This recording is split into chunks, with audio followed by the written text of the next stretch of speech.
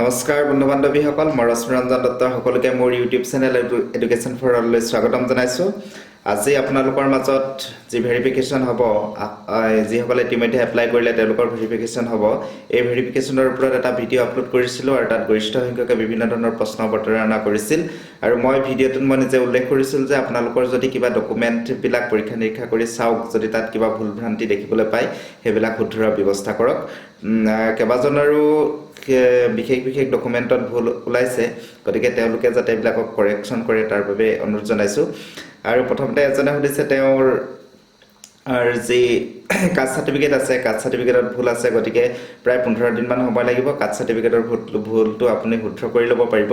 ইয়াৰ পৰৱৰ্তী সময়ত আৰু এজনে সুধিছে তেওঁৰ টেটৰ যিখন চাৰ্টিফিকেট, সেই চাৰ্টিফিকেটত তেওঁৰ নামটো অলপ ভুল হৈ আহিছে আৰু এজনৰ দেউতাকৰ নাম ভুল হৈ আহিছে। গতিকে আপোনালোকে চেবাৰ কাৰ্যালয়ৰ লগত যোগাযোগ কৰিলে এই ক্ষেত্ৰত নতুন এখন ডকুমেণ্ট উলিয়াব পাৰিব, বিশেষ প্ৰব্লেম নহ'ব। কিন্তু আপোনালোক চেবাৰ কাৰ্যালয়লৈ যাব লাগিব।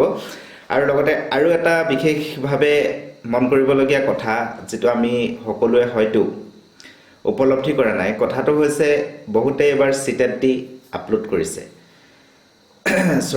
চিটেট দি এপ্লাই কৰিছে। আৰু চিটেট এপ্লাই কৰোঁতে তাত এটা কথা মনত ৰাখিব, আপুনি OBC আৰু OBC NCL এই দুটাৰ মাজত এটা পাৰ্থক্য চিটেট কৰ্তৃপক্ষই ৰাখিছে। OBC NCL হ'লে 90 বিল' পালেও আপুনি পাছ কৰিব, অৰ্থাৎ 82ৰ পৰা 90ৰ ভিতৰত আপুনি যদি মাৰ্কছ পায় তেন্তে উত্তীৰ্ণ হ'ব পাৰিব। কিন্তু এই ক্ষেত্ৰত টাৰ্মছ এণ্ড কণ্ডিশ্যনটো হৈছে যে OBCত 83ৰ পৰা 89ৰ ভিতৰত যদি আপুনি মাৰ্কছ পাইছে তেনেহ'লে আপোনাৰ ওচৰত NCLখন থাকিব লাগিব। যদি NCLখন নাথাকে তেতিয়া কিন্তু আপুনি সমস্যাত পৰিব। গতিকে যিসকলে ইতিমধ্যে NCLখন উলিওৱা নাই তেওঁলোকে অতি সোনকালে NCLখন উলিয়াব লাগিব, কাৰণ NCLখন উলিয়াওঁতে আমাৰ অকণমান সময় লাগে, কেইবাটাও ডকুমেণ্টৰ প্ৰয়োজন হয়।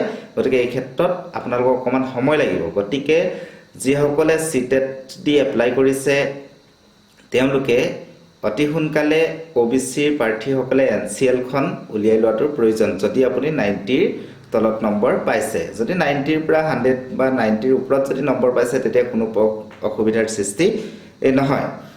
আজিলৈ ইমানখিনি আপোনালোকৰ আগত অৱগত কৰিলোঁ। গতিকে আপোনালোকে ভিডিঅ'টো চাই ভাল পাইছে বুলি আৰু আপোনালোকে যিবিলাক নথিপত্ৰ, এই নথিপত্ৰবিলাক পুনৰ এবাৰ পৰীক্ষা কৰি চাওক বুলি অনুৰোধ জনাইছে। আৰু লগতে এটা কথা জানিব, যিসকলে আপাৰ প্ৰাইমেৰীৰ কাৰণে ডিগ্ৰীৰ যিখন অৰিজিনেল চাৰ্টিফিকেট আছে, কাৰোবাৰ প্ৰভিজনেল আছে, যদি অৰিজিনেলখন হয় তেতিয়া উলিয়াই ল'ব পাৰিব। মই এই ক্ষেত্ৰত আজি এখন কলেজৰ কৰ্তৃপক্ষৰ লগত কথা পাতিছিলোঁ, তেতিয়া কৈছিলে যে অফলাইন উলিয়াব লাগিব। এতিয়া বৰ্তমান অনলাইনত যিখন কাগজ, সেই কাগজখন অনলাইনত উলিয়াই ল'ব লাগিব। উলিয়াই লৈ কলেজৰ প্ৰিন্সিপালৰ যোগেদি এটা ছিগনেচাৰ লৈ আপুনি নিজে ইউনিভাৰ্চিটি যাব লাগিব আৰু প্ৰায় 15 দিনমান আপোনাক সময় লাগিব।